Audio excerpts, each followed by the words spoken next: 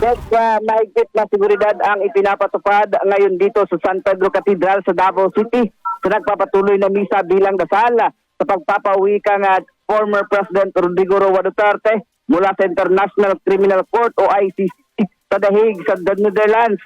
Alas 12 ngayong tanghali nang simulan ang misa at matatapos mamayang alauna ng hapon kung saan dumating na nga si Vice President Sara Duterte para sa nasabing misa.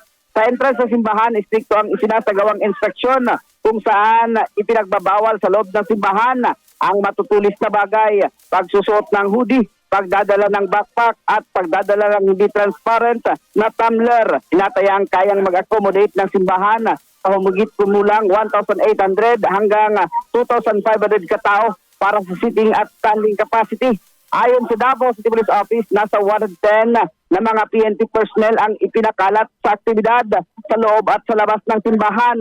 Habang pinangunahan ni dating Catholic Bishops Conference of the Philippines President at Davao Archbishop Romulo Valles ang nasabing misa na dinaluhan ng mga pari sa iba't ibang parokya ng Archdiocese ng Davao. Kasama mo sa DXDCR Davao, Radjuman Bien Nabanos Patak Armen. RMN Network News.